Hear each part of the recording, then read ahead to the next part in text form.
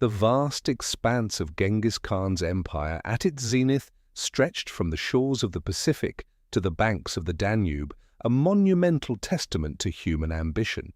Yet paradoxically, this largest land empire in history began to dissolve almost at the moment its unstoppable creator exhaled his last breath.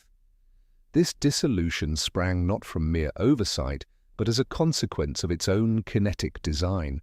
Genghis Khan possessed a visionary grasp of movement, understanding that power in its purest form is motion. His empire was a symphony of perpetual mobility, a blurring dance of conquest, a grand nomadic orchestration. The Mongol hordes, propelled by an unyielding velocity, were an empire that cannibalized on the concept of change itself. The central paradox that Genghis Khan's empire anchored upon was that its very survival was predicated on movement. Like a shark that must swim to breathe, the Mongol Empire thrived in ceaseless motion. Each conquest fueled the next, as stagnation was synonymous with decay, a sentiment embedded in their martial philosophy. Governing such a gargantuan realm demanded a logistics and administrative ingenuity that complemented its martial prowess. The Mongol postal system, an intricate network of relay stations, facilitated communication across the empire's vastness, a testament to their tactical brilliance, yet, ironically, illustrating the tension of maintaining continuity in dynamism. The Mongol strategy was rooted deeply in the intimacy between rider and horse, a partnership that symbolized more. Together, they were the avatars of a belief in momentum. The horse, not merely a vehicle, was an expression of life lived in profound movement, an extension of both warrior and empire's spirit, a unified rhythm. But here lies the misunderstood brilliance, languished in contradiction. Genghis Khan's empire was not a machine built to reign but to ride. It was engineered to defeat but not to govern. Each victory became a seed of further conquest, a cycle that nourished itself through momentum, not tranquility. Peace was but a pause in war's preparation. In the heart of Genghis Khan's empire thrived the spirit of Tangri, the infinite sky. The open steppe, a place boundless and free, mirrored the empire's existential ethos, an infinite horizon meant to be pursued, never attained.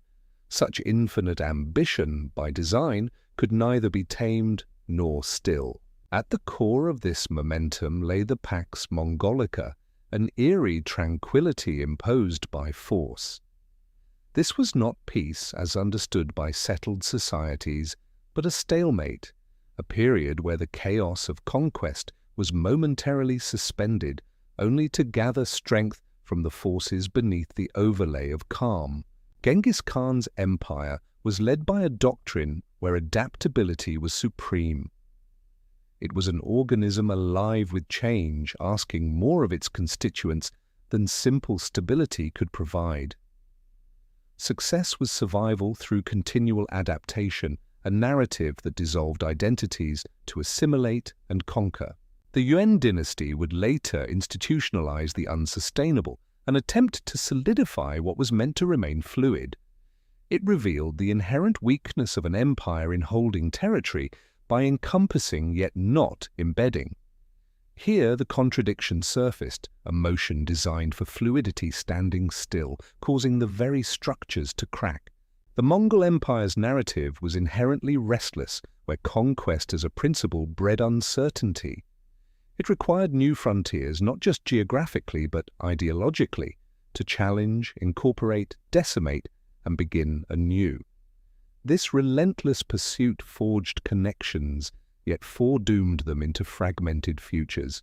The genius of Genghis Khan's war machine lay in its capacity to integrate chaos into coherence rapidly. Its strength was simplicity in logistics and command, channeling a complex autonomy among its leaders. Herein lay the contradiction of a mechanism built for speed, inherently unable to dismantle its engines for peace. While the couriers of the Yam system carried dispatches across continents, the vast distances heralded a creeping entropy.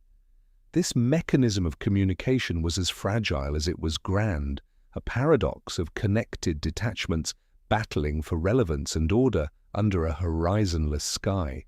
In its zenith, Genghis Khan's empire realized perhaps its most profound philosophical confrontation, a mirror to the chaos of natural order, governed not by divine right, but the physics of power. Here, power was not possession, but propulsion, and survival lay not in keeping, but acquiring. The mantle passed to Genghis Khan's successors was complex, the challenge not to conquer, but to attempt what had never been, to rule stillness. Such an ambition was visibly at odds with momentum's ethos, unmasking the frailty of their glorious inheritance at the moment of supposed triumph. The incorporation of diverse societies under the Mongol banner brought an undeniable richness yet revealed a brittle core. The incessant motion, far from unifying, emphasized its transient authority. It was an orbit without a center, a collection of satellites bound by the force of continual movement. At the midpoint we reinterpret. The empire's prodigious inability to hold static reflected not just a failure in governance, but a window into the tensile strength of movement as a governing principle.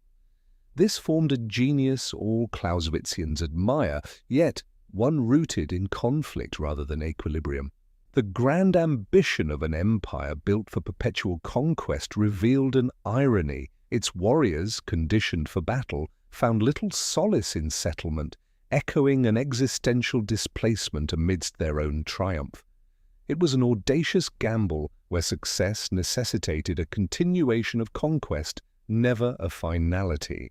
What Genghis Khan engineered was not just an empire but a globalizing force, a proto-network society which connected realms far and wide, yet carried the seeds of its corrosion in the pursuits it inspired. Secure borders were antithetical to its fabric, a contradiction of its engineered pushes into expansion. What followed Genghis Khan could be seen as a series of delayed echoes, victories growing fainter as they spread further from their source. In this diffusion, the empire's own light began to flicker, illustrating that its luminous achievements found shadows in longevity's demands. This empire that had so expertly deconstructed the cities it conquered found itself unable to reconstruct their essence. The hollow structures left behind highlighted a profound existential dichotomy. That which was built to remain unanchored could neither rest nor claim dominion over permanence.